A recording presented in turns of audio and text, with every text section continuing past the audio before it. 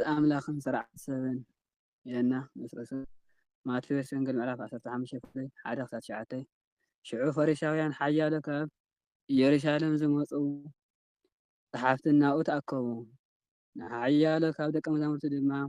ብዝረኸሳ ማለት ብዘይተሓፀባ ኣእዳው እንጀራ ክበልዑ ከለዉ ረኣይዎም። ፈሪሳውያን ኩሎም ኣይሁድን ስርዓትን ዓበይቲ ምእንቲ ክሕልው ኣእዳዎም ኣጸቢቖም ከይተሓፀቡ ከቶ ኣይበልዑን ነበሩ። ካብ ዕዳጋ ምስ መፁ እውን ከይተሓፀቡ ኣይበልዑን ነበሩ። ካልእ ብዙሕ ድማ ከም ምሕፃብ ጣስን ዕትሮን ድስትን ዓራትን ዝመስል ክሕልውዎ ኢሎም እተቐበልዎ ነበሮም። ጸሓፍትን ፈሪሳውያን ድማ ስለምንታይ ደቀ መዛሙርቱ ከም ስርዓት ዓበይቲ ዝኸዱ ኢሎም ሓተትዎ። ንሱ ከዓ በሎም ኣቱም ግብዛት ከምቲ ጽሑፍ እዚ ህዝቢ እዚ ብኸናፍሩ የኽብረኒ ልቦም ግና ካባይ ርሑቕ እዩ። ግናኸ ምህሮ ስርዓት ሰብ እናምሃሩ ብኸንቱ እዮም ዘምልኹኒ ዝብል ኢሳይያስ ብዛዕባኹም ጽቡቕ ተነበየ። ትእዛዝ ኣምላኽ ሓዲኩም ስርዓት ሰብ ትሕልው ኣለኹም ከም ምሕፃብ ጣሳን ዕትሮን ብዙሕ ካልእ ድማ ነዚ ዝመስል ትገብሩ ኣለኹም። ስርዓትኩም ምእንቲ ክትሕልው ትእዛዝ ኣምላኽ ምፍራስኩምሲ ጽቡቕ ደኣ። ሙሴ ኣቦኻን ኣዴኻን ኣኽብር ነብኡ ወይ ነዲኡ ሕሱም ቃል ዘውፅእ ሞት ይሙት ኢሉ ኣሎ። ንስኻትኩም ግና ሰብ ነብኡ ወይ ነዲኡ እቲ ካባይ ተጠቐሙሉ ቁርባን ገይሮ እየ ማለት መባእ እዩ እንተበሎ ደጊም ነብኡ ወይ ነዲኡ ሓደ ነገር ክገብረሎም ከቶ ኣይትፈቕዱልን ኢኹም። ምእንቲ እቲ ሰራዕኹምዎ ስርዓት ቃል ኣምላኽ ትስዕሩ። ነዚ ዝመስል እውን ብዙሕ ትገብሩ ኣለኹም። ንሰብ ዘርክሶ ነገር የና ካልኣይ ንእስርሲ ንሰብ ዘርክሶ ነገር ማቴዎስ ወንጌል ምዕራፍ 15:10-20 ነቶም ህዝቢ ከም ብሓድሽ ፀዊዑ ኩልኹም ስምዑን ኣስተውዕሉን ካብ ሰብ ዝወፅእ እዩ ንሰብ ዘርክሶ እምበር ካብ ወፃኢ ናብ ሰብ ዝኣቱስ ገለ እኳ ከርክሶ ኣይክእልን እዩ። ትሰምዕ እዝኒ ዘለቶ ይስማዕ በሎም። ካብቶም ህዝቢ ተፈልዩ ናብ ቤት ምስ ኣተወ እቶም ደቀ መዛሙርቱ ብዛዕባ እዚ ምስላዚ ሓተትዎ። በሎም ከዓ ንስኻትኩም ዶ ድማ ክሳዕ ክንድዚ ደናቁርቲ ኢኹም? ካብ ወፃኢ ናብ ሰብ ዝኣቱ ኩሉ ከርክሶ ከምዘይኽእል ዶ ኣይትፈልጡን ኢኹም? ናብ ከብዲ እምበር ናብ ልቢ ኣይወርድን እዩ እሞ ንኩሉ መባልዕ እናፀረየ ድማ እዩ ንገዳም ዝወፅእ በለ ድማ እቲ ካብ ሰብ ዝወፅእ ደኣ እዩ ንሰብ ዘርክሶ። ካብቲ ውሽጢ ልቢ ሰብ ክፉእ ሓሳብ ይወፅእ እዩ እሞ ምንዝር፣ ስርቂ፣ ቅትለት፣ ዝሙት፣ ስስዐ፣ ክፍኣት፣ ጉርሒ፣ ቅትለት፣ ቅንዓት፣ ፀርፊ፣ ኩርዓት፣ ዕሽነት እዚ ኩሉ ክፉእ ካብ ውሽጢ እዩ ዝወፅእ ንሰብ ከዓ የርክሶ። ሳልሳይ ንእስ ርእሲ እምነት ሓንቲ ሰበይቲ ይብለና ማቴዎስ ወንጌል ምዕራፍ 15:21-28 ካብኡ ነቒሉ ከዓ ናብ ወሰን ምድሪ ጢሮስን ሲዶናን ከደ። ናብ ቤት ምስ ኣተወ ሓደ እኳ ክፈልጦ ኣይፈተወን ክሕባእ ከዓ ኣይኮነልን። ሓንቲ ሰበይቲ ጓላ ብርኩስ መንፈስ እተተሓዘታ ወሪኡ ሰሚዓ መፀት፣ ኣብ እግሩ እውን ተደፊአት።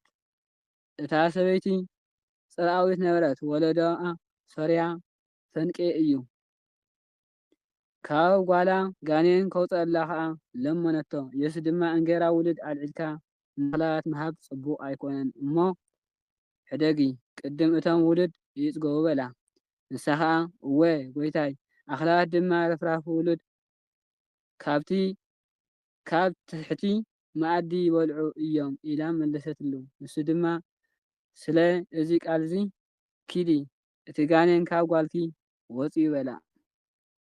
ናብ ቤታ ምስ ተመልሰት እታ ቆልዓ ኣብ ዓራታ በጥ ኢላ እቲ ጋኔን ከዓ ወፂኡላ ረኸበታ። ራብዓይ ንእስ ርእሲ ኢየሱስ ዓባስን ፀማምን ሰብ ከም ዘሕወየ ይብለና። ከም ብሓድሽ ድማ ካብ ወሰን ምድሪ ጢሮስ ወፀ። ሲዶና ገይሩ ከዓ ንማእኸል 10 ዓዲ ናብ ባሕሪ ገሊላ ኸደ ሓደ ጸማምን ዓባስን ናብኡ ኣምጺኦም ኢዱ ከንብረሉ ለመንዎ። ካብቶም ህዝቢ ንወይኑ ወሲዱ ድማ ኣጻውዑ ኣብ ኣእዛኑ ኣንበሩ። ጡፍ ኢሉ ልሳኑ ተንከዮ ናብ ሰማይ ቁልሕ ኢሉ ኣተንፊሱ ከዓ ይፍታሕ በሎ። እዚ ተኸፈት ማለት እዩ። ሽዑ ኣእዛኑ ተኸፈታ፣ ኣሰርቲ ልሳን ድማ ተፈትሐ፣ ኣቕኒዑ እውን ተዛረበ። ንሓደ እኳ ከይነግሮ ኣምሪሩ ኣዘዞም። ንሳቶም ግና ብመጠን እቲ ዝኸልከሎም ኣዝዮም ኣውረዩ። ንሳቶም ከዓ ንሱ ንኹሉ ጽቡቕ ገበሮ፣ ጸማማት ከም ዝሰምዑ ዓባሳት ከም ዝዛረቡ ገበረ እናበሉ ብዘይ ልክዕ ተገረሙ። ኢለና ቅዱስ ቃል ወንጌል ኣሜን። ዝነጠበን ዝጎድን ኣፈ ቅዱሳን ትጉሃን ታረሙና።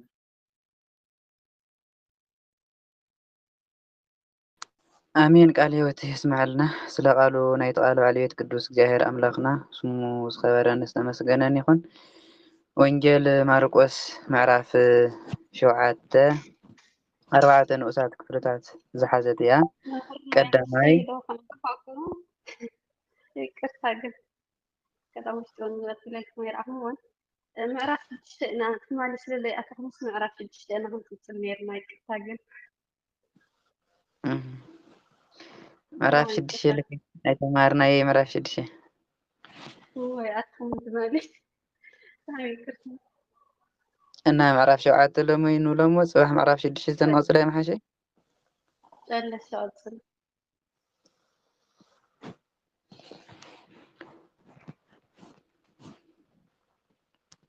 እሺ ወንጌል ማርቆስ ምዕራፍ 7 4 ንኡሳት ክፍልታት ዝሓዘት እያ። ቀዳማይ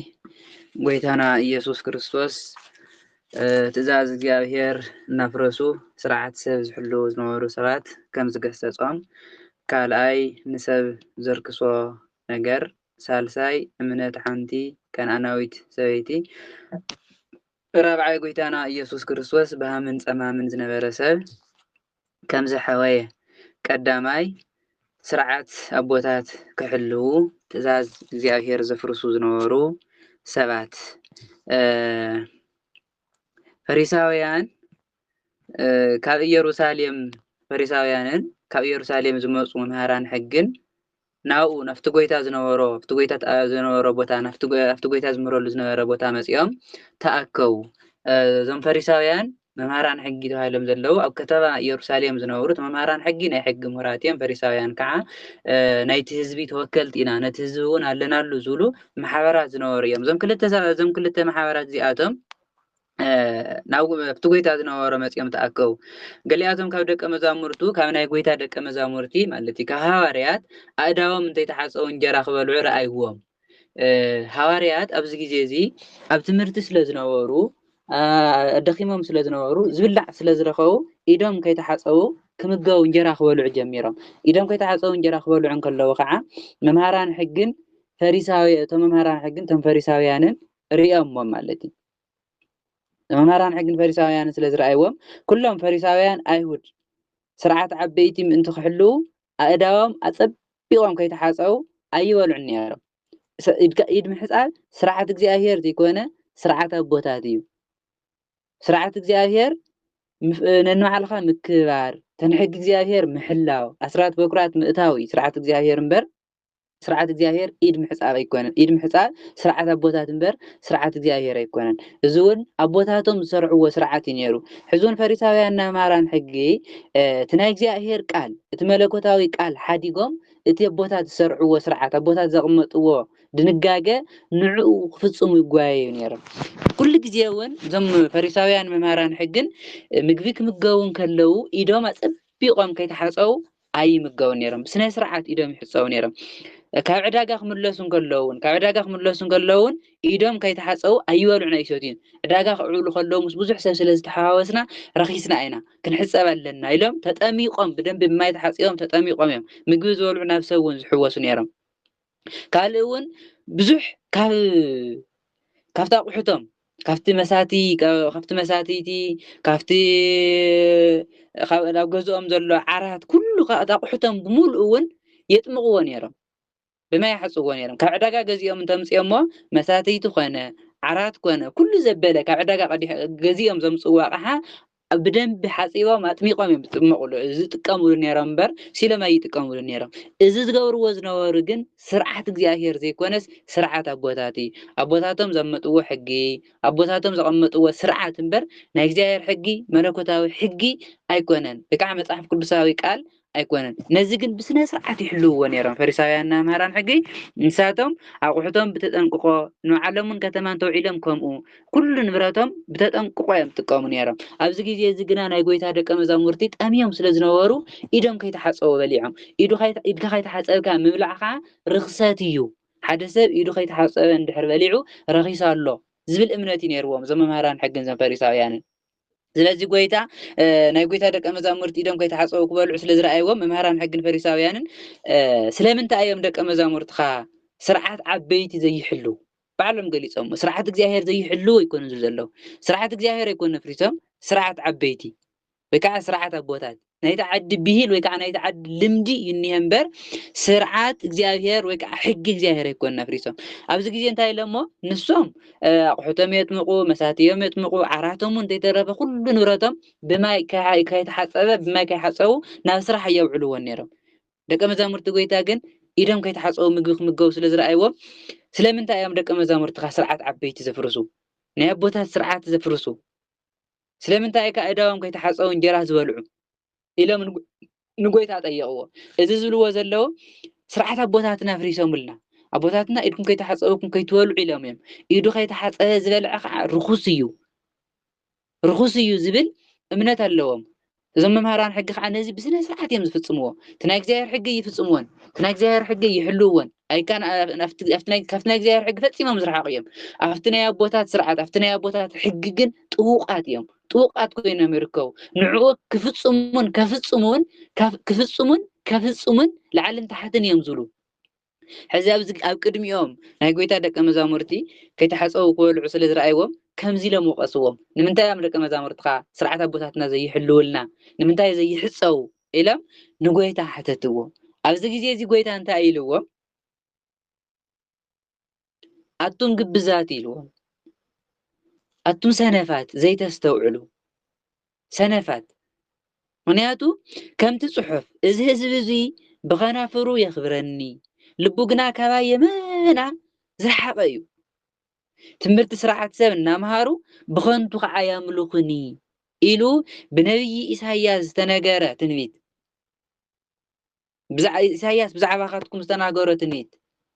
بزعباتكم استناغرة تنويت حقيو إسحاياس بزعباتكم صبوق تناغيرو إلو قيت أنا إياس كريستوس تبنبي إسحاياس تناغرة تنويت قالي سلام زون تنويت إسحاياس معرف 29 قطر 10 تقال زل قطر 10 تقال زلي زم حزب زياتهم بخنا فروم يخبرني قويتا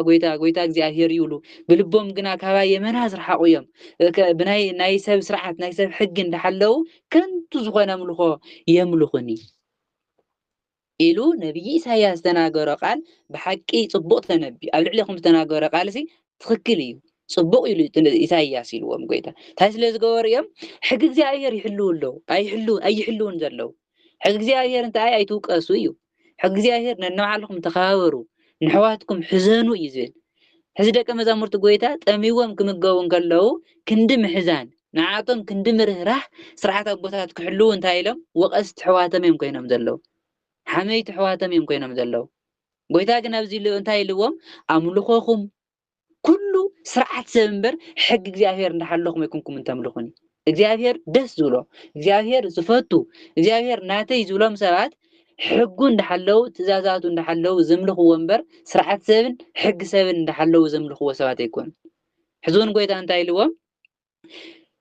ከንቱ ዝኾነ ምልኹም ተምልኹኒ እቲ ከንቱ ምልኹ ከታይ ኢድ ብምሕፃብ ኣቑሑት ብምጥማቕ ዓራታት ብምጥማቕ መሳተይቲ ብምጥማቕ እዚ ኩሉ ብምግባር ነዚ ብማይ ብምሕፃብ ንእግዚአብሔር ነምልኽ ኣለና ይብሉ ግን ዛ ምልኹ እዚ ከንቱ እዩ ስርዓት እግዚአብሔር እንደحلو ዘይኮኑ ስርዓት ሰብ እንደحلو سرعة أبوتاتهم እንደحلو يوم زملخوا نير قويتا عن زنتاي لو بلبكم كاباي ترحقكم يخم أمانة قد رحقكم بأفكم ترحقكم زاهر تولو بأفكم ترحكم مسجزاهر كم زلكم تزارون بر حق زيابير عواكم أي في الزمن حق سرعة سبيا باكم زفتسم سرعة سبيا باخاتكم زقبر إذا قال إذا تنبيت إذا تناجر إساياس عواكم صبوت نبيه صبوت تناجر إلو قيت أنا يس كرسوس تناي إساياس تناجرت اللي علو وقيسوهم أملكوكم تأمناتكم كل شيء كنتو يو حق زاهر نحلكم زيكم تملكوا زلكم سي سرعة سب نحلكم بكم تملكون زلكم يزلم زلك قيت أنا يس كرسوس تزاد زاهر حديكم إلو سرعة سب تحلوا لكم نجزاهر تزاد حديكم سرعة سب تحلوا لكم كم حساب مساتيان كالي أقحو جزان كالي ما نزي زمسلن تجورا لكم مساتيتي حسو أو جزاز اللوق حط كل حسو كالي ونزز مسل بمولو سرعتها يفصموا يسرحوا نزي تجور لهم نزي تجور وزر لهم كأسرعة جزاهر يكون حق جزاهر يكون سرعة سبيكم تفصموا زر لهم إذا بمقباركم كعان تزاد جزاهر حديكم يهم يوم تزاد جزاهر حديكم سرعة سبيكم تفصموا زر لهم تيتايا استناغورت ميتكا حقي نعاتكم زغلسي تخكلنيا ياباكم يفصم الله تزاد جزاهر نحدكم سرعة سبات تفصموا لهم ناي وعلتكم سرعة ندحلهم ناي እግዚአብሔር ትእዛዝ ክትጥሕሱ ግቡእ ድዩ ኢልዎም ጎይታ ናትኩም ሕጊ ታናቶም ስርዓት ናይ ኣቦታቶም ስርዓት ሕጊ ኢሎም ኣኽቢሮም ሒዞም ኣለው በደንብ ይሕልው ኣለው ናይ እግዚአብሔር ሕጊ ግን ኣይሕልውን ነይሮም ናይ እግዚአብሔር ሕጊ ክሕልው ግን ኣይፅዕሩን ነይሮም ንዓለም ክሕልው ኣይደልዩን ሰባት እውን ንክሕልው ኣየምህሩን ነይሮም እታናቶም ስርዓት ግን ክትሕሎ በደንብ ይጥንቀቁ ነይሮም ኣብ ቅድሚኦም ማንም ሰብናቶም ስርዓት ከፍርሰሎም ኣይደልዩን ነይሮም ጎይታ እንታይ ኢልዎም ናትኩም ስርዓት እንዳሓለኹም ሲ ናይ እግዚአብሔር ትእዛዝ ክትሕሱስ ግቡእ ድዩ ይግባእ ድዩ ንምንታይ ከም ዝትገብሩ በርግጽ ስርዓትኩም ምን ሓልዎ ተሓለኹም ዝጠቅም ኣይኮነን ተዘይሓለኹም እውን ዝጎድእ ኣይኮነን ስርዓት እግዚአብሔር ኣይኮነን እቲ ዝጎድእ እቲ ዘኹንን ሕጊ እግዚአብሔርን ስርዓት እግዚአብሔርን ምጥሓሲ ሕዚ ዘምሳዚያቶም ናይ እግዚአብሔር ስርዓት ናይ እግዚአብሔር ስርዓትን ናይ እግዚአብሔር ሕግን እናተሓሱ ናይ ኣቦታቶምን ናይ ባዕሎምን ስርዓት ይፍጽሙ ስለ ዘለው ጎይታ ከም ዝብሎም ዘሎ እዚ ብምግባርኩም ትኽክል ድዩ ትኽክል ኣይገበርኩምን እዚ ብምግባርኩም ከዓ ኣምልኮኩም ኩሉ ከንቱ እዩ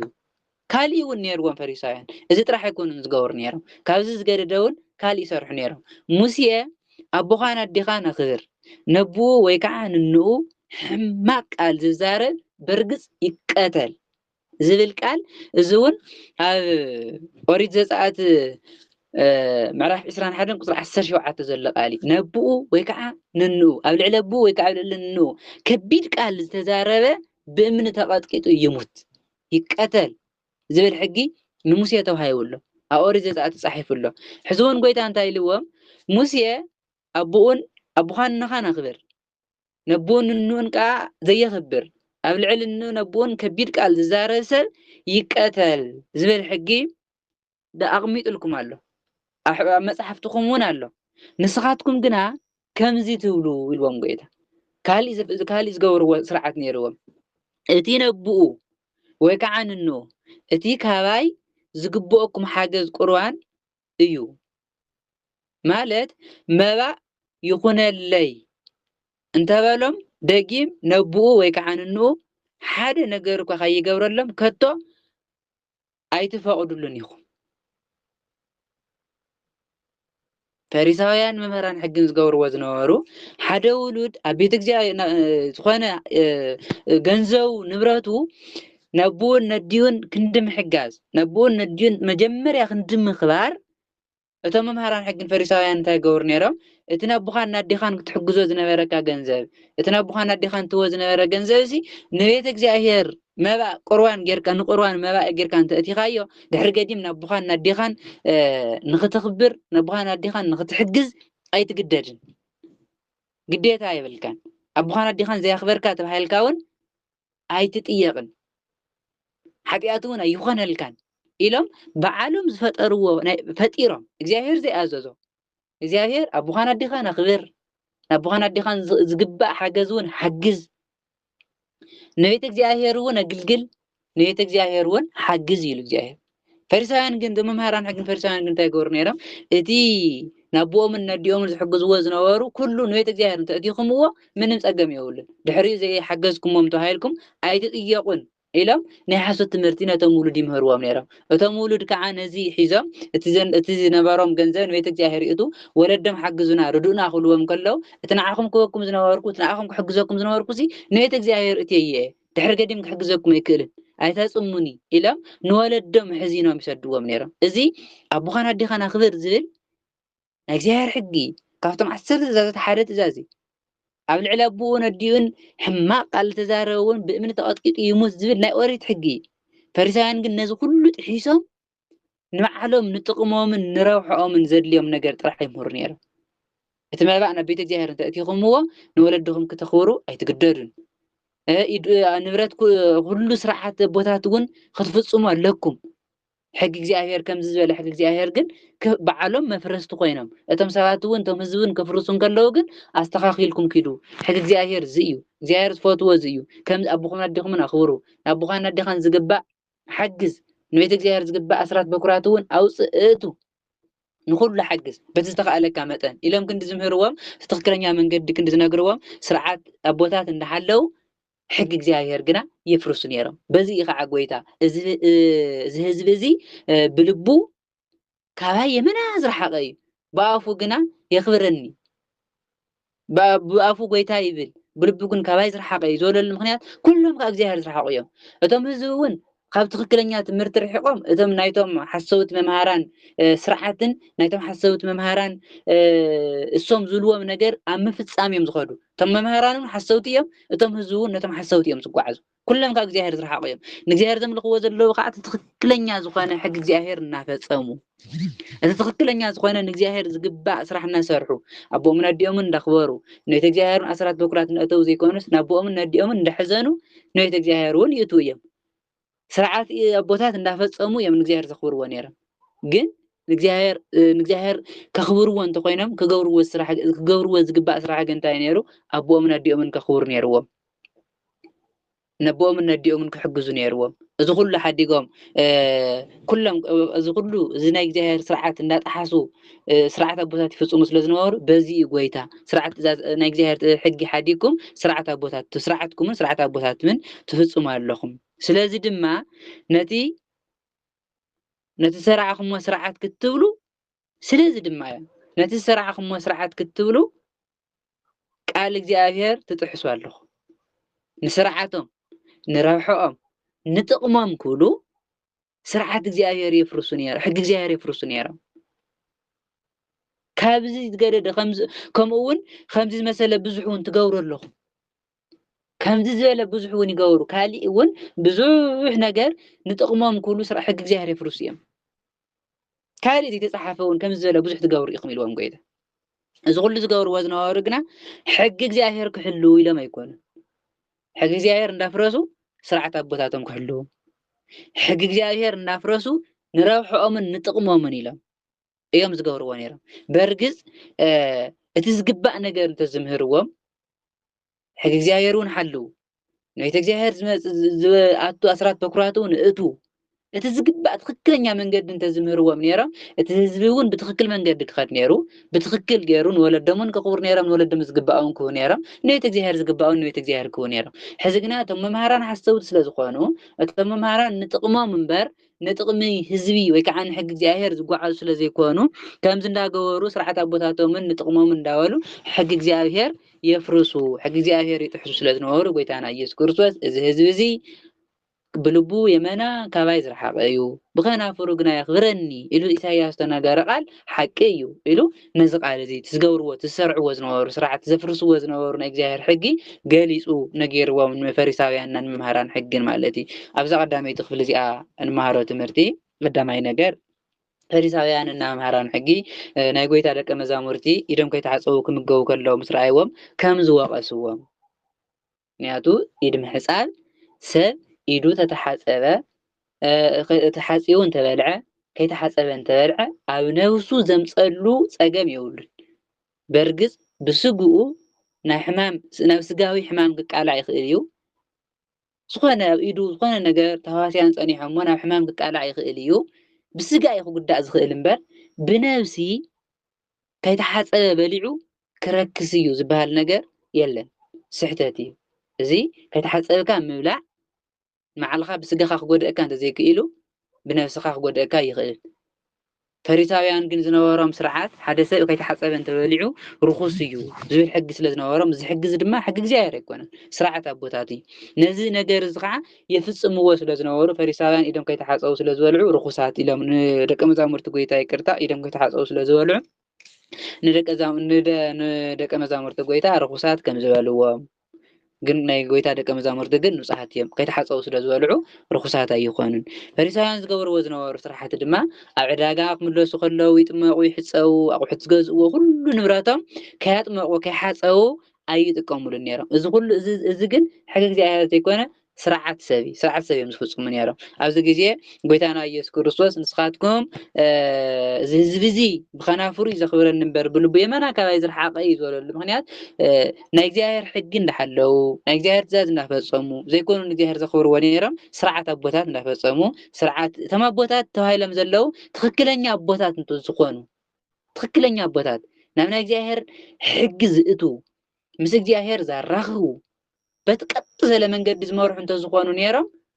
ጽቡቕ ነይሩ ግን ካፍቲ ትክክለኛ ናይ እግዚኣብሔር ካፍቲ መለኮታዊ ቃል ካፍቲ መጽሓፍ ቅዱሳዊ ቃል አውጽኦም ናብ ስርዓት ወሲደሞም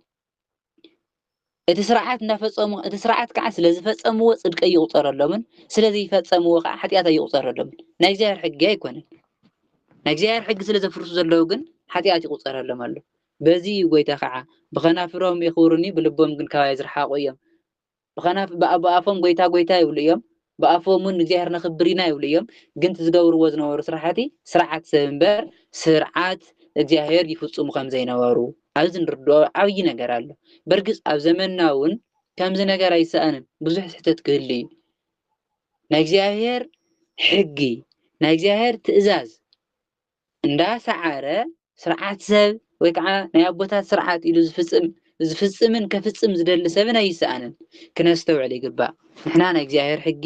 ናይ እግዚአብሔር ስርዓት ተፈጺምና ኢና ዋጋን ጽድቅን ክንረክብ ንኽእል እምበር ናይ ሰብ ስርዓት ናይ ሰብ ጽድቅ ናይ ሰብ ሕጊ ስለዝፈጸምና ምንም ንርብሐሉ ነገር ከምዚ የብልና ያተርድና እዚ ቃል እዚ ከዓ ጎይታ ባዕሉ ዝተናገሮ እግዚአብሔር ክነምልኾ ከለና ሕጉ እንዳሐለና ትእዛዛቱ እንዳፈጸምና ቃሉ እንዳሰማዓና እምበር ስርዓት ሰብ እንዳተማሃርና ስርዓት ሰብ እንዳፈጸምና ስርዓት ሰብ እንዳገበርና ንእግዚአብሔር ተምሊኽናዮ ኣምልኾና ከንቱ ከይኸውን ናይ እግዚአብሔር ቃል ፈሊጥና ናይ እግዚአብሔር ትእዛዝ ፈሊጥና በቲ ትክክለኛ እግዚአብሔር ደስ ዝብሎ መንገዲ ንእግዚአብሔር ኣምላኽና ክነምልኾ ከም ዝግባእ ያትምረና ማለት እዩ ሳልሳይ ኣቦኻን ኣዴኻን ምኽባር ፈሪሳውያን ዝገብርዎ ዝነበሩ ተቐንዲ ስሕተት ኣቦምን ኣዲኦምን ከየኽብሩ ምእንቲ እንታይ ይገብሩ ነይሮም እቲ ናቦኹምን ኣዲኹምን ትሕግዝዎ ዝነበርኩም ንቤተ እግዚአብሔር እንተጌርኩም ፀገም የብሉን ቃሱ ይኣኽለኩም እዩ ኣቦኹምን ኣዲኹምን ክተኽብሩ ተባሂልኩም ኣይትግደዱን ነይርኩም ኢሎም ይምህርዎም ነይሮም ናይ ስሕተት ትምህርቲ ይምህርዎም ነይሮም እቶም ውሉድ እውን ሓቂ መሲልዎም ከምኡ ይገብሩ ነይሮም በርግጽ እዚ ቢያንስ እኳ ዋላ ከምኡ ኢሉ ዘምህር ኣብ ዘመንና ይሃሉ ግን ሓደ ኣሕዋትና ብዘይ ምፍላጥ ብዘይ ምስትውዓል ዝግበር ነገር ሓደ ዓብይ ስሕተት ኣሎ ብዙሕ ኩሉ ዝፍለጥ ማለት እዩ እዚ እንታይ እዩ በርግጽ ንቤተ እግዚአብሔር ኣስራት በኩራት ምእታው ጽቡቕ እዩ ግን ኣብ ዙርያኻ ኣሕዋትካ ወለድኻ ጠምዮም ብጥሜት እንዳተሳቀዩ ሲኢኖም ኣብ ስቃይ እንዳሃለው ንዓኣቶም ከሓገዝካ ናቶም ፀገም ከሸፈንካ ንቤተ እግዚአብሔር ብምእታው ንቤተ እግዚአብሔር ከግልግል እየ ብምባል ስሕተት እዩ ነቶም ወለዲ ዝግብኦም ነገር ትሕግዝ ተግልግል ንሕዋትካ እውን ከምኡ ንቤተ እግዚአብሔር ዝግባእካ ብዓቕምካ ተግልግል እምበር እግዚአብሔር ንወለድኹምን ንሕዋትኩምን ንኩሉ ደብሪኹም ንዓይ ኣገልግሉኒ ይበለን እግዚአብሔር ኣምላኽና ርህሩህ ኣምላኽ እዩ ጨካን ኣምላኽ ኣይኮነን ንዓይ ጥራሕ ምፁለይ ዝብል ኣይኮነን ነንባዕልኹም ንቀደም ቅድሚ ናባይ ምምፃእኹም ኢሉ ጎይታ ነንባዕልኹም ተኸባበሩ ነንባዕልኹም ተሓጋገዙ ነንባዕልኹም ፀገምኩም ተሸፋፈኑ ድሕሪኡ ናባይ ምፁ እቲ ኣብ ምሳኹም ዘሎ ሓውኩም ምሳኹም ዘሎ ወለድኹም ናቶም ፀገም ዘይፈታሐኹም ሲ ናይ ቤተ እግዚአብሔር ፀገም ክንፈትሕና ኢልኩም ዘይትሕሰቡ እግዚአብሔር እውን ኣይፈትዎን ኣይኮነን ሓውና ሓደ ዝተሸገረ ንፈልጦ ሓውና እንተልዩ እውን ንዕኡ ከይሓገዝና ናቱ ፀገም ከይሸፈና ንቤተ እግዚአብሔር ካሊእ ብዙሕ ነገር ስለ ዝሰርሓና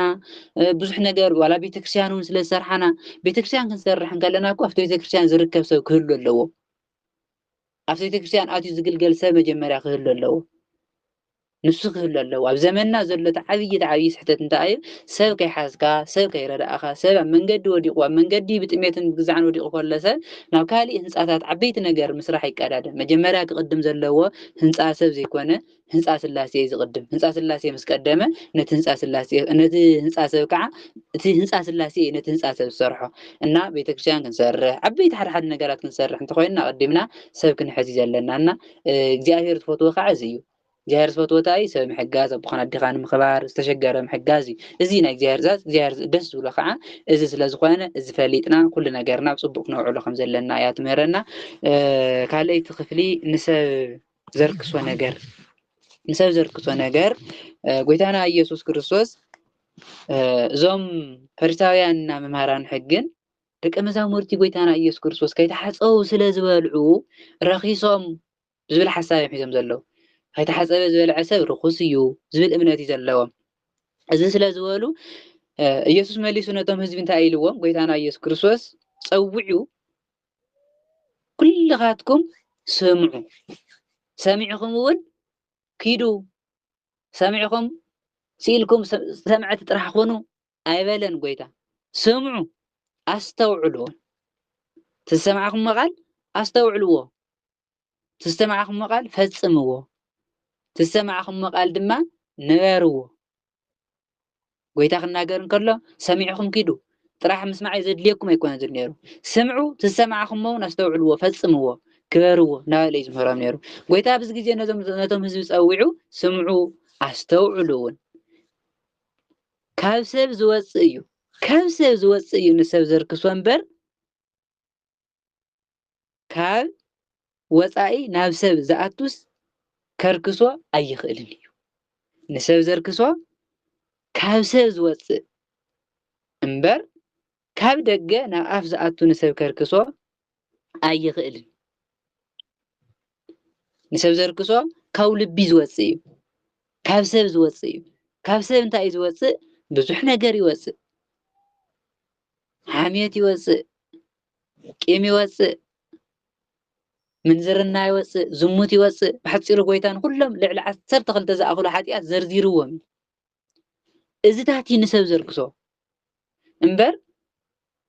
ናብ ኣፍ ዝኣቱስ ንሰብ ኣየርክስን ምክንያቱ ምግቢ ናብ ኣፍ ክኣቱ ብኣፍ ገይሩ እዩ ዝኣቱ ግን ዘምፆ ሰዓብየን የብሉን እዚ ክብል ከሎ ጎይታና ኢየሱስ ክርስቶስ ኣብዚ ክነስተውዕሎ ዝግባእ ሓደ ዓብይ ነገር ኣሎ ንሰብ ዘርክሶ ነገር የለን ክብል ከሎ ዝረኸብኩምዎ እንስሳ ሕረዱ ዝረኸብኩምዎ ነገር እውን እንዳገፈጥኩም ብልዑ ማለቱ ኣይኮነን ከይተሓፀብካ ምብላዕ ምስ ሓመድካ ስለ ዝበልዓኻ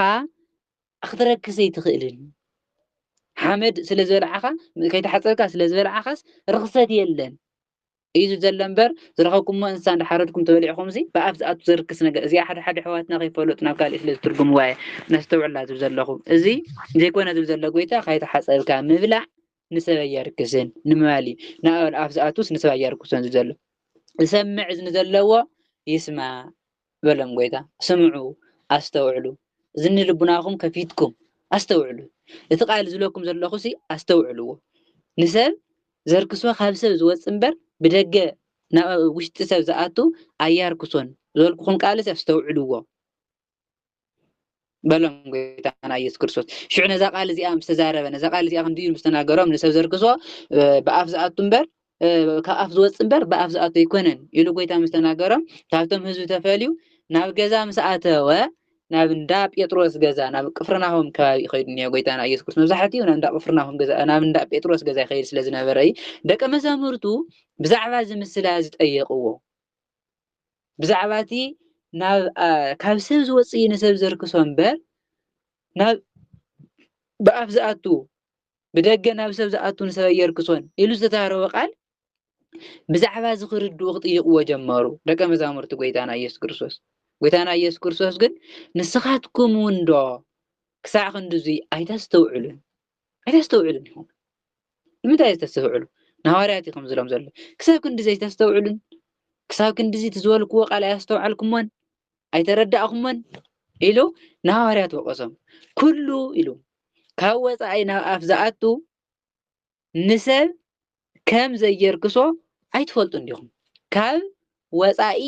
ናብ ውሽጢ ዝኣቱ ብኣፍ ገይሩ ዝኣቱ ምግቢ ማለት እዩ ከይተሓፀብካ ምምጋብ ሓመድ እንዳሃለወካ ኣብ ኢድካ ምምጋብ ብኣፍ እዩ ዝኣቱ ዝኩሉ እዚ ንሰብ ከም ዘየርክሶስ ኣይትፈልጡን ዲኹም ደቀ መዛሙርቲ ጎይታና ኢየሱስ ክርስቶስ ምሳሌ ስለ ዘይተረድኦም ምሳሌ ዝበልኩኹም ከዓ እዚ እዩ እቲ ካብ ብደገ ዝኣቱ ንሰብ ኣየርክሶን ዝበልኩኹም ካብ ወፃኢ ኢድካ ከይተሓፀብካ ምብላዕ ኢድካ ከይነፃኻ ስርዓት ንፅህ ከይፈፀምካ ምብላዕ እዚስ ንሰብ ከም ዘየርክሶ ኣይትፈልጡን ዲኹም እዚ ድማ እቲ ብኣፍ ዝኣቱ ንሰብ ከርክሰ ይኽእልን እዚ ብከብዲ ኣቢሉ ንደገ እዩ ዝወፅእ እምበር ናብ ልቢ ይኣቱ ምግቢ ብኣፍካ ኣትዩ ብከብዲ ኣቢሉ ተፃርዩ ንደገ እዩ ዝወፅእ እምበር ናብ ልቢ ዝኣቱ ኣይኮነን ንኩሉ መብልዕ እናፃረየ ድማ ናብ ደገ ይወፅእ ንግዳሙ ይድብረ ምክንያቱ ምግቢ ይብላዕ ብኣፍ ገይሩ ኣትዩ ብከብዲ ወሪዱ ንደገ ይወፅእ ካብዚ ወፃእ ናብ ማንም ኣይከድን ናብ ልቢ እውን ኣይኸድን ናብ ልቢ እውን ኣይኣቱን ምስ ልቢ ዘራኽብ ነገር የብሉን እዚ ንሰብ ከርክሶ ይኽእልን እዚስ ከመይ ገይሩ ንሰብ ከርክስ ይኽእል እዚስ ኣያስተውዕልኩምን እዚ እዩ እቲ ካብ ወፃኢ ዝኣቱ ዝበልኩኹም ምግቢ እዩ ከይተሓፀብካ ምምጋብ ብኣፍካ ዝኣቱ እዚ ንሰብ ከርክሶ ይኽእልን ብኣፍ ይኣቱ ብከብዲ ኣቢሉ ንደገ ይወፅእ እዚ ንሰብ ከርክሶ ይኽእልን ከምዚ ድማ በሎም ንሰብ ዘርክሶ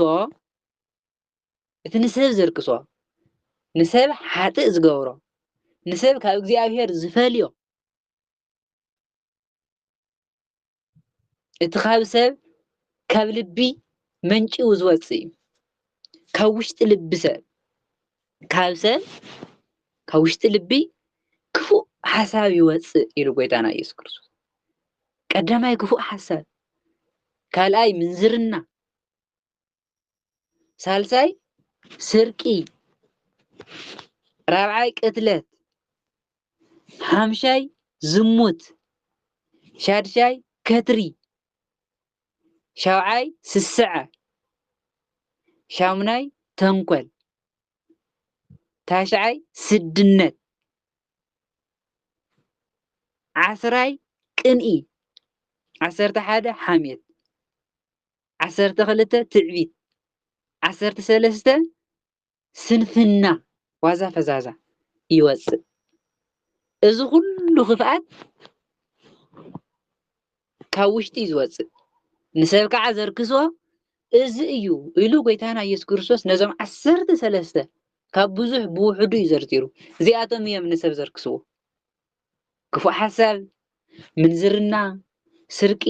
ቅትለት ዝሙት ከትሪ ስስዐ ተንኮል ዝመሰሉ እዚኣቶም እዮም ንሰብ ዘርክስዎ እምበር ኢዱ ከይተሓፀበ ሰብ ስለ ዝበልዐ ኣይረክስ ፈሪሳውያን ሕዚ ኣብዚ ግዜ ዘስተውዕልዎ ነገር ኣሎ ሃዋርያት ኢዶም ከይተሓፀቡ ስለ ዝበልዑ ረኪሶም ኢሎም ተዛሪቦም ኣለዉ እንታይ ኮይኖም ኣለዉ ሓመይቲ ኮይኖም ኣለዉ ሓሜት ከዓ ንሰብ ካብተን ንሰብ ዘርክሳት ኣየን ተገሊፀን ዘለዋ ሓንቲ ሓሜት እያ ነቶም ደቀ መዛሙርቱ ጎይታ ከም ሓጢኣተኛታት ቆፂሮም ንባዕሎም ከም ፃድቃን ቆፂሮም ኣለዉ ትዕቢት እዩ እዚ ከዓ ትዕቢት እውን ካብተን ንሰብ ዘርክስዎ ሓንቲ እያ እዚ እዮም ዝሰርሑ ዘለዉ ፈሪሳውያን ዘይተረድኦም ንሰብ ዘርክሶ ካብ ልቢ ሰብ መንጭው ዝወፅእ ክፉእ ሓሳብ ዘበለ ኩሉ እምበር ኢድካ ከይተሓፀብካ ምብላዕ ንሰብ ኣየርክስዎን ኢሉ ጎይታና ኢየሱስ ክርስቶስ ንደቀ መዛሙርቱ ገሊፅሎም ተርጊሙሎም ትምሳሌ ማለት እዩ ኣብዛ ካልአይቲ ክፍሊ እዚኣ ንመሃሮ ትምህርቲ ድማ ጎይታና ኢየሱስ ክርስቶስ ነቶም ህዝቢ ስምዑ ኣስተውዕሉ ኢሉ ንሰብ ዘርክሶ ካብ ልቢ ዝወፅእ ካብ ሰብ ዝወፅእ እምበር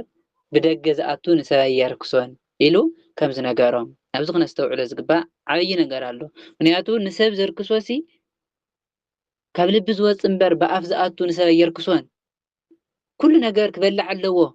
ንዓና ዘርክሰና ነገር የለን ኢሎም ሓደ ሕዋትና ብዘይ ምርዳእ ብስንፍና ናብ ካልእ ጠዮም ስለ ዝርድእዎ እዚኣ ትምልክተና እዚኣ ተርድአና ከይተሓፀብካ ምብላዕ እዩ ዝብል ዘሎ ጎይታ እምበር ዝረኸብኩሞ እንስሳ ሓዲድኩም ብልዑ ዝረኸብኩሞ እውን ተበላዕኹም ኣይትረኽሱን ንምባል ኣይኮንን ጎይታ ተጠቒምዋ ዘሎ እዚኣ ነስተውዕላ ሓደ ሕዋትና ናብ ካልእ ስለ ዝትርጉምዎ እዚኣ ትምልክተና ከይተሓፀብካ ምብላዕ ናይ ስጋ ሕማም ጥራሕ ከምፅእ ይኽእል እምበር ብነብሲ ዘምፅኦ ሳዕብየን የብሉን نزي قاعد زل قويتانا يسوع كريستوس كنستوعب لنا مالتي كلاي قويتانا يسوع كريستوس كاب توم هزبي مستفعلية ده كم زامرت قويتا كم زحته هو ده كم زامرت قويتانا يسوع كريستوس بزعت مثالي كم زحته هو قويتانا دما جلس جيل خمس تزاروا مالت مجبي بأفزاتو مجبي بأفياتو بأفبيلو بخود بيلو ندق وس ندق نقدامي دبره كابزوزا منهم يقولن نسب زركس وجنا إلو عسرت سلسته زأخذ نسب زركسو ويتانا يسوع كريستوس زرزيرو له زم عسرت سلستون كم زرزرو قداماي كفو حساب من زرنا سرقي قتلات زموت كتري سسعة تنقل سدنت كنئي حامية تعبيد سنفنا وزافزازا مالت سنفنا زمسلو إذ كل زلوسة كابزياتن كابزن عسرت سلسته حانت زلوتسه رخصي حتى أيو مالتي رخصي قبال كله حتى أتنياي كابزيهر زرحقي حماين تقوين كابزيهر زرحقي تعبيتنيا تقوين كابزيهر زرحقي وزافزازا زوج زفزح تقوين كابزيهر زرحقي كأننا أنت قوينون لك كابزيهر زنحقي سدين تقوينو عندبتو كل جزء قدسنا زي كونه سدنت زارم تقوينون إذا سبزي كابزيهر زرحقي زرك يركسوا مالت كابزيهر زرحقي جورو كابزيهر استفلي جورو مسكزيهر زنورو ركبنا تون كتغي جورو إزي كابزيهر كارح أزق إلمبر كي تحصل كامل عز كابزيهر كارح أي خلني لوجيتان أي سكورس واس خمس ترجمة لمن كم نجارهم يتردنا عبزيك نستوعب لزجبا حدا عبيجي نجار على كوران حواد من يعطوا تم مستزرزروا زي أتم كابزيهر زفولينا يمزم عسات سلست نجار زي أتم كابزيهر زفولينا كافت زرخبنا يو دحنت زوصونا كافت بقيتنا يسكرسو زرخبنا يو بيزانت زرحقنا مسكزيهر زبأسنا مسكزيهر زفراليونا زلت زرتيرهم زلوا عسرت سلست زأخلو حدياتات مالتي نازم حديات هزياتهم فلينا يمالنا نزياتهم كعا كين جورم كنت نقع لنا نزياتهم كين جبر كنت نقع خمزة لنا يا تردنا نزن خن جورخ عايزهر أملاخ نخن حلوة صقوا إلى آخرنا متن بناتنا حيلين بناتنا صعرن نجزهر حقي أي حلن نجزهر رديات نجزهر صقا نجزهر من فس اللي كايمو نجزهر صقا خحدرنا نجزهر من فس كحدرنا خع كنسل لنا سألنا خع نزو كله اللي حد صقا حديرنا خوينو الزين مجوسة الزين محلافنا عنا كقلل يخون مالتي سالسيت خفلي امنت حنتي سويتي ويكع امنت حنت كان انا ويت سويتي كاوت العيلونا هاجر تيروسن سيدونان كدا قويتانا يس كريستوس كاب قفرنا هو موصيو ناب تيروسن سيدونان سبحال عدي كدا ناب غزا مساته وخع حدا كو خفلط ايدلين انت خوينا كحبا اي كالن حدا سب كفلط ايدلين كعرف للنيرو قويتانا يس كابز غزي سكبز حيدلين نيرو جن كحبا اي كالن سبات لدحري مصيم كاب سبات كحبا اي كالن شعو خع قوالا رخص منفس حدا حنت سويتي بزعو سبيعه مصت او غور وديقا انت دفي اسجدت له حنت سويتي قوالا غانين حدرا قوالا سيطان حجه ساقيا زنبره حنت سويتي غويتانا نا تيروسن سيدونان كم زمص فليطا نافت غويتا زلوا مصت اتا سويتي خع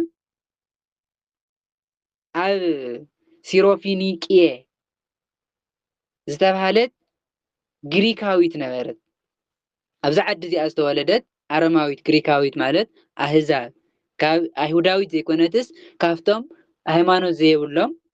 አረማውያን ወገን ነበረት ማለት እዩ ካብ ጓላ ጋኒን ከውፀላ ድማ ንጎይታ ጥቢቃ ለመነቶ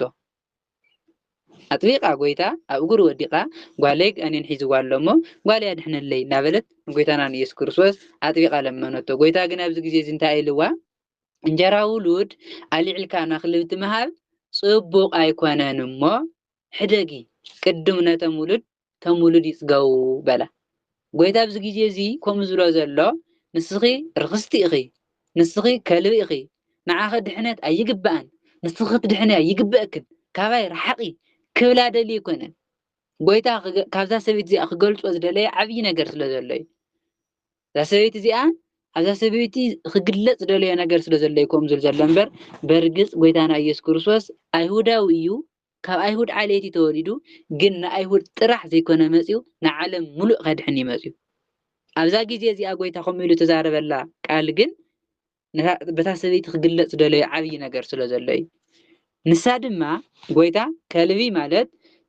كافتم زي يبلعوا إنساسات نمجبنا زي يخانو رخصات تهايلم مسؤول إنساسات يوم أيهود دما بلمدي أيهوداويان نتم أرماويان أغلبتي نوالي تقولوا مسلز نوارو بتناتهم لمدي يقوي تاخم زلزلة بتنا أيهوداويان لمدي سخاتكم سي كان أجزاء وجنا يكونكم كأجزاء استفلكم يخوم مالتي ولد تهايلم زلوا وقع إسرائيل دك أجزاء قويتا أجزاء إسرائيل دك أي بخوري نبلي يسوعهم دك أي فليات نجزاء هزبي بخوري نبلي إسرائيل سوعهم نيرو دك أجزاء تهايلم زلوا ولد تهايلم زلوا إسرائيلية أغلبتي تهايلم زلوا وقع أحزابية أبز جزء سبيت أنت أيلا وقويتها يعني أغلبتون أنت خوانا أغلبتون ولا أنت خوانو أو تحت ما أدخينهم زودق فرفار ولد يبالعو إيام إلى ملستل إذا سبيت زيا بالتعامي مستوعى لتسب نيرا تبنيا سوون نيرا تحتنا زلوا سوون نيرا تايلا قويتا كافتم رخصات عليتي خي كافتم أغلبتو تهايلا مسؤول عليتي خي كلا خلو هو إيه جن ناي إسرائيل زي كونكو تن إسرائيل زجبر لهم زي كونكو دليل زلخو اتكاء مزترفة أخلي بتلك خافتنا يقويت خافتنا يولد ترف رفرافي زولعو أنا ون خافتناتهم ترف خجبر اللي إزدل زلخهم برجس أنا نايجزاهر خافتم نايجزاهر حزب يكونكون كاكالي وجنية جنا خافتناتهم ترف جبر اللي كتجبر اللي تخيلي خا يا تبزل لا سويتيا بتعم مستوعالي تنتبنيا سبنيرا قيتانا يسوع كريستوس بمثاليه غيرك ناغران كله نساون بمثال عملتاتلو بمثال غير تقويتا تناغرا بمثال غير اردياتن مليتاتلو يا سبيتيا ثلاثه عبيت نغرات اللوا قدماي نغر امنت اللوا كالاي ጥበብ ከዓ ጎይታ መሲሉ ክዛረባን ከሎ ሳውን መሲላ ምምላሳይ ሳልሳይ ትሕትና ኣለዎ ትሕትና ከዓ ከልቢ ኢኺ ክብላ ከላ ዝተዋረድክ ኢኺ ትሕት ኢኺ ክብላ ከሎ እወ ዝተዋረድኩ እየ ትሕት እየ ሓጢኣተኛ ኢላ ምእማና ሰለስተ ዓበይት ነገር ሒዛላ ሰበይት እያ ጎይታ ዝደለየ ከዓ እዚ ክግለጽ ስለ ዝደለየ ትሕትናን ጥበባን እምነታን ጎይታ እንታይ ኢልዋ ኣብዚ ግዜ እዚ ቃል እዚ ብምባልኪ አይንዩ እወ ኣነ ዝተዋረድኩ እየ ሓጢኣተኛ እየ ትሕት እየ ግን ካፍትም ናይ ውልድ ተረፍ ግበረለይ ኢላ ብትሕትና ስለ ተዛረበት እዚ ቃል እዚ ብምባልኪ እቲ ጋኔን ካብ ጓልክ ወፅኡ እዩ ሞ ኪዲ በላ ጎይታና ኢየሱስ ክርስቶስ ሰሰይታይ ኮይና ስለ ዝተረኸበት ኣማኒት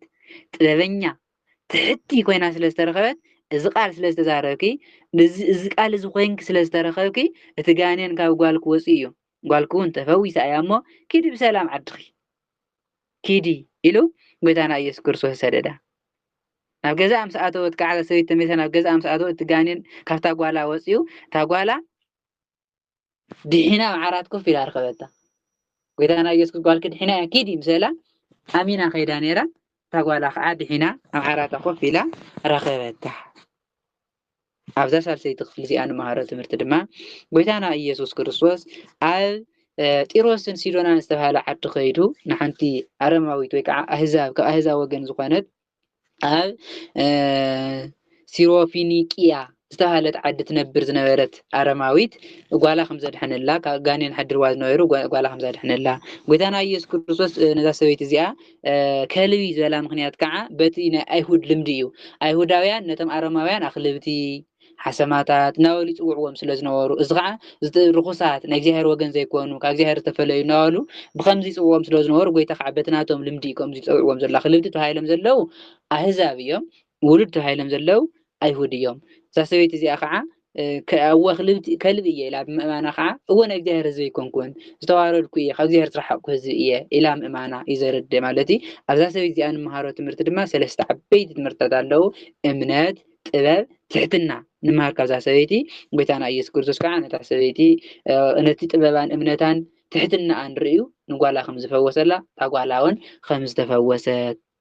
ተርድእና ተሳልሰይቲ ክፍሊ ማለት እዩ ራብዓይቲ ክፍሊ ኢየሱስ ጎይታና ኢየሱስ ክርስቶስ ብሃምን ፀማምን ዝነበረ ሰብ ከም ዝሐወየ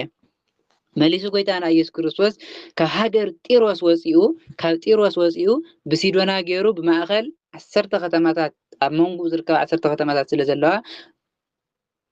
ብኡ ኣቢሉ ናብ ባሕሪ ገሊላ ኸደ ናብ ገሊላ ናብ ዓዱ ተመሊሱ ናብ ባሕሪ ገሊላ ተመሊሱ ብጢሮስን ብሲዶናን ገይሩ ብማእኸል 10 ከተማታት ገይሩ ናብ ባሕሪ ገሊላ ኸደ ሓደ ፀማምን ብሃምን ናኡ ኣምፂኦም ኢዱ ኸንብረሉ ለመንዎ ኢሉ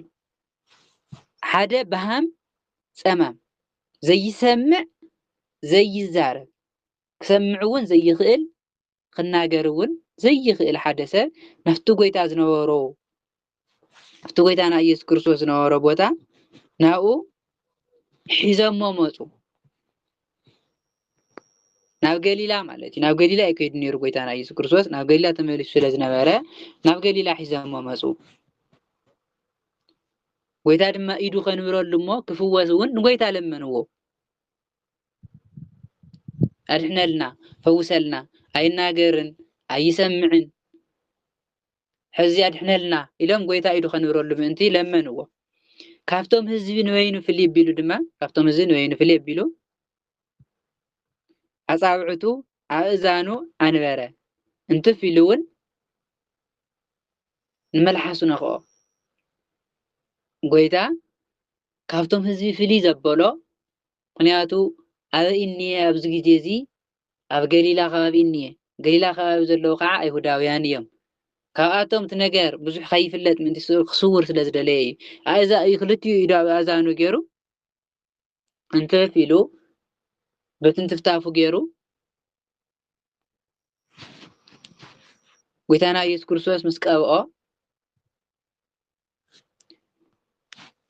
نفس ما يقولاح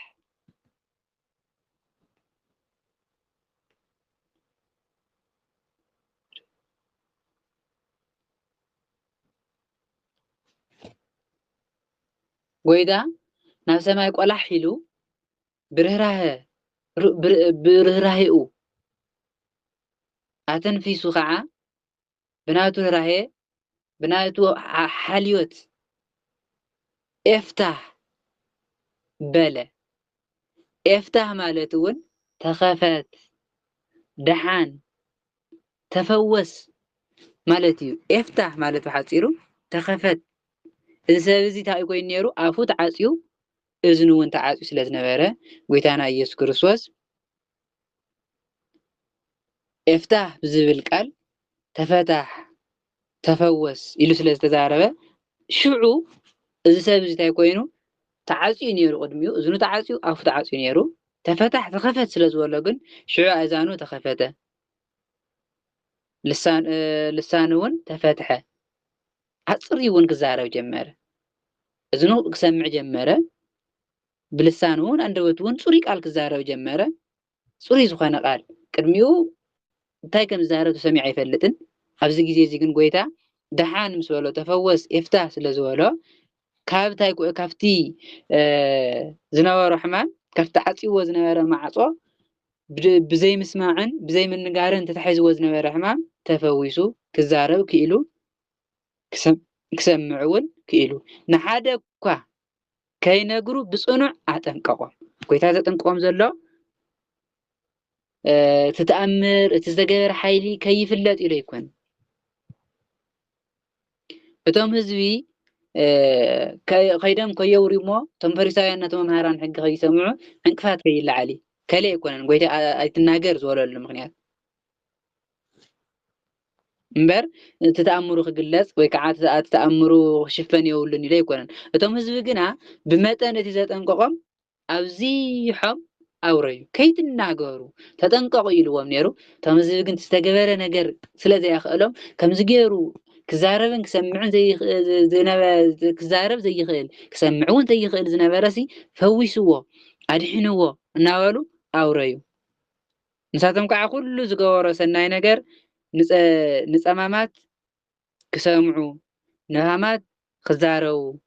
ይገብሮም እናበሉ የመና ድማ ብጎይታ ይግረሙ ነበሩ። እዚ ሰብ እዚ ፀማማት ክዛረቡ ክሰምዑ ብሃማት ክዛረቡ ዝገብር ፍሉይ ሓይሊ ዘለዎ ፍሉይ ተኣምር ዘለዎ ከመይ ዝበለ ሰብ እናበሉ እቲ ጎይታ እቶም ሰባት ዝተናገርዎ ነገር እናሰምዑ ብናይ ጎይታ ተኣምርን ብናይ ጎይታ ሓይልን የድንቁ ነበሩ ይግረሙ ነበሩ ብጣዕሚ በቲ ናይ እግዚኣብሔር ሓይሊ ይግረሙ ነበሩ ኢሉ ኣብዛ 4ይቲ ክፍሊ እዚኣ ንመሃሮ ትምህርቲ ኣብ ልዕሊ እዚ ዘይሰምዕን ዘይዛረብን ዝነበረ ሰብ ዝተገበረ መለኮታዊ ፈውሲ መለኮታዊ ድሕነት ማለት እዩ ጎይታና ኢየሱስ ክርስቶስ ከም ዘድሐኖ ከም ዝፈወሶ የፍታህ ማለት ከዓ ተኸፈት ማለት እዩ ተኸፈት ተዓቢሱ ተሸፊኑ ስለ ዝነበረ ተኸፈት ኢሉ ጎይታና ኢየሱስ ክርስቶስ ከም ዝፈወሰን ከም ዘድሐኖን ብሓፂሩ ኣብዚኣ ንመሃሮ መለኮታዊ ፈውሲ ወይ ከዓ መለኮታዊ ድሕነት ጎይታ ነቲ ሓሚሙ ዝነበረ ሰብ ከም ዝፈወሶን ከም ዘድሐኖን እቶም ሰባት ከዓ በቲ ናይ ጎይታ ሓይልን ተኣምርን ከም ዝተገረሙ ንብዙሕ ሰብ ከዓ ከም ዘውረዩ ከም ዝተደነቁን እያ ተርድአና ማለት እዩ። ስለ ዝነበረና ፃኒሒት ቅዱስ እግዚኣብሔር ኣምላኽና ስሙ ዝኸበረን ዝተመስገነን ይኹን። ካብ እግዚኣብሔር ኣቦናን ካብ ጎይታና ኢየሱስ ክርስቶስን ጸጋን ሰላምን ይብዝሐልና። ወስብሐት ለእግዚአብሔር ወለወላዲቱ ድንግል ወለመስቀሉ ክቡር